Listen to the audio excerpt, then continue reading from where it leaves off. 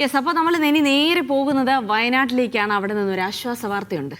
അതാണ് ആ കടുവ കൂട്ടിലായിട്ടുണ്ട് എന്ന് വെച്ചാൽ ആ നരഭോജി കടുവ വണ്ടിക്കടവിലെ നരഭോജി കടുവ കൂട്ടിലായി എന്നുള്ളത് ജനങ്ങൾക്ക് വലിയ ആശ്വാസം നൽകുന്നു. രാത്രി 1:30-ഓടെയാണ് കടുവ വനം വകുപ്പ് സ്ഥാപിച്ച കൂട്ടിൽ കുടുങ്ങിയത്. വയനാട് വന്യജീവി സങ്കേതത്തിലെ WWL 48 എന്ന കടുവയാണ് ഇപ്പോൾ പിടിയിലായത്. ദേവർഗതയിലെ ആദിവാസി മൂപ്പനെ കൊന്ന കടുവ തന്നെയാണിതെന്ന് വനം വകുപ്പ് സ്ഥിരീകരിച്ചു. കടുവയെ കുപ്പാടിയിലെ സംരക്ഷണ കേന്ദ്രത്തിലേക്ക് മാറ്റിയിട്ടുണ്ട് നിലവിൽ. ഫൈസൽ നെടുമ്പാല വിവരങ്ങൾ നൽകും. ഫൈസൽ, അങ്ങനെ ദിവസങ്ങൾ നീണ്ട ആശങ്കകൾക്കൊടുവിലാണ് നരഭോജി കടുവ കൂട്ടിലായിരിക്കുന്നത്. വലിയ ആശ്വാസമായിരിക്കും, കാരണം കാടടച്ചുള്ള ഒരു തിരച്ചിലുണ്ടായിരുന്നെങ്കിലും അന്നൊന്നും കണ്ടെത്താൻ കഴിയാത്തതിന്റെ ഒരു നിരാശയിലുണ്ടായിരുന്നു. എന്തായാലും നാട്ടുകാരെ സംബന്ധിച്ചിടത്തോളം വളരെ ആശ്വാസത്തിന്റെ ഒരു ദിവസം കൂടിയാണ്. ഇനി ഈ കടുവയെ അത് കാട്ടിൽ തുറന്നു വിടേണ്ട എന്നൊരു തീരുമാനത്തിലേക്കാണോ ഫൈസൽ എത്തിയിരിക്കുന്നത് വനം വകുപ്പ്?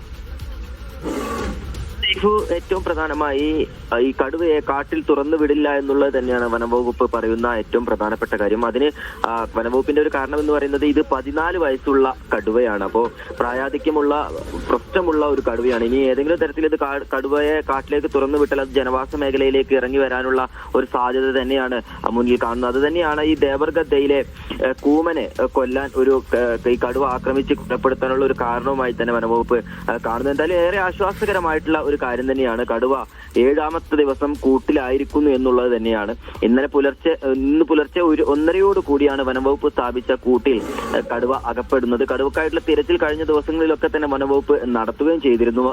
ഈ കടുവക്ക് പുറമെ മറ്റൊരു കടുവ കൂടി ഈ പ്രദേശത്തുള്ളതായി വനംവകുപ്പിന്റെ സൂചനയുണ്ടായിരുന്നു. അത് ഒരു 3 വയസ്സുള്ള ഒരു കടുവയാണ്. ആ കടുവ തിരിച്ച് കാട്ടിലേക്ക് പോയതായും ഇന്നലെ വനംവകുപ്പ് പറഞ്ഞിരുന്നു. എന്നാൽ ഈ വനംവകുപ്പിന്റെ നിരീക്ഷണം എല്ലാ ദിവസവും ശക്തമായി തന്നെ ഈ ഭാഗങ്ങളിലൊക്കെ തന്നെ തുടരുകയായിരുന്നു. ഒന്നിലധികം കൂടുകളാണ് ഈ പ്രദേശത്ത് ഈ കടുവക്കായി സ്ഥാപിച്ചിട്ടുള്ളത്. ഈ വണ്ടിക്കടവിനോട്, അതായത് ദേവർഗദ്ദയിൽ ഈ കൂമനെ കൊന്ന പ്രദേശത്തോട് ചേർന്ന് വെച്ച കൂട്ടിലാണ് ഇപ്പോൾ കടുവ അകപ്പെട്ടിരിക്കുന്നത്. ഈ കടുവ ഇപ്പോൾ കുപ്പാടിയിലെ ഈ കടുവ സംരക്ഷണ കേന്ദ്രത്തിലേക്ക് മാറ്റിയിട്ടുണ്ട്.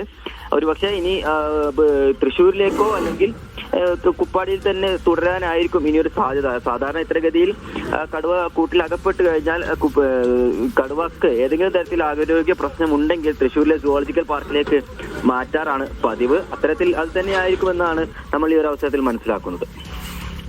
ഫൈസൽ, ഈ കടുവയെ പിടികൂടിയ ആശ്വാസ വാർത്തയാണ്. പക്ഷേ മറ്റൊരു കടുവ കൂടി ഉണ്ട് എന്നുള്ളത്, അത് തൽക്കാലത്തേക്ക് കാട് കയറി എന്ന് പറയുന്നുണ്ടെങ്കിലും അതും ഏതെങ്കിലും തരത്തിലുള്ള ആശങ്ക സൃഷ്ടിക്കുമല്ലോ. അപ്പോൾ അതിനെ പിടികൂടാനുള്ള ശ്രമങ്ങളോ അങ്ങനെ എന്തെങ്കിലും നടക്കുന്നുണ്ടോ?